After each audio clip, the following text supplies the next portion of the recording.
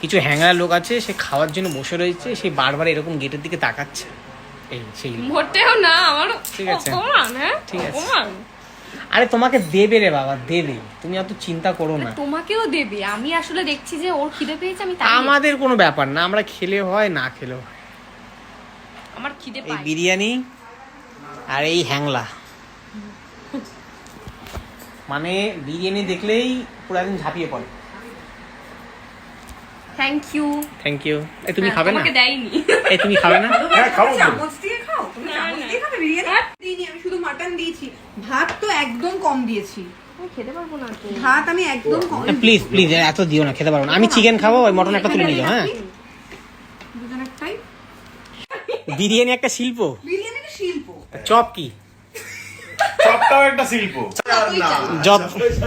যতই দাও ততই চাই, ওর এইটুকু পোষায়। বাচ্চা বুটা রান্নাও পারে? সত্যি সব পারে, সত্যি সব আমি পারে। বিশ্বাস করতে পারছি না। এইটুকু আগে- জিজ্ঞেস করো যে কি করি না।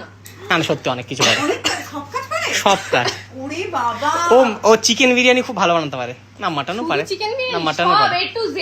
আমি রাতে এইটুকু বাচ্চা বউ এইটুকু হাতে বিরিয়ানিও বানায়? হ্যাঁ, সিরিয়াসলি আমি রাতে 15 থেকে 20টা রুটি বানাই। শোন না, সত্যি বানায়, সত্যি। ও তো রুটি তো মানে ওই গোলি করতে পারবো না। না না, ও রুটি বানা বাড়িতে, রুটি কিন। রুটিটা দেখতে Every day। হ্যাঁ, যেদিন রুটি বাইরের থেকে আনবো সেদিন ঝামেলা।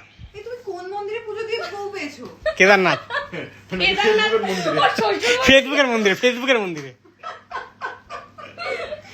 বাবা আমাকেও করতে হবে গো, হ্যাঁ। ওরকম একটা আমি- না, আমার শ্বশুর মশাইকে শুধু শ্বশুর মশাই বলি না, বলি ফ্রি ফ্রি ফ্রি শ্বশুর মশাই। যেহেতু এরকম মেয়ে একটা জন্ম দিয়েছে নাকি? হ্যাঁ ও গল্প বললে তুমি শ্রী শ্রী শ্রী একটা কি পরম পূজনীয় নাকি হ্যাঁ। একটা